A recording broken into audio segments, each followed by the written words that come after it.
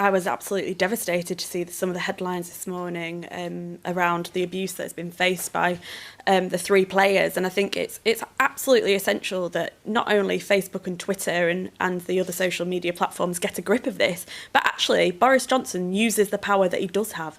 Rather than having warm words and massive flags, he's been silent on this issue for so long. He has power to really implement change in this space so that no one has to face abuse at the hands of those online and in person, in fact, as well.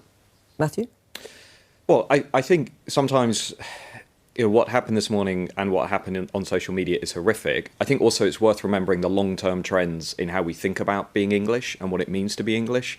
So today, about 10 to 14% of people will say you have to be white to be English. A very minority fringe view. The vast majority of people say, I have absolutely no issue with somebody who isn't white being English. And, in the 1980s and 1990s, that simply wasn't the case. And as a country, we have made remarkable progress. Now, that 10 to 14%, as some of the speakers alluded to, has coincided with social media. So social media has basically amplified that minority voice, which is then a lot louder, or seems to be a lot louder than it actually is. Olivia? I just think that's being too slack about this issue. I think, this isn't about Englishness. This is about racism. That is the issue that we're facing. That's what needs challenging, and that's on all of us to do.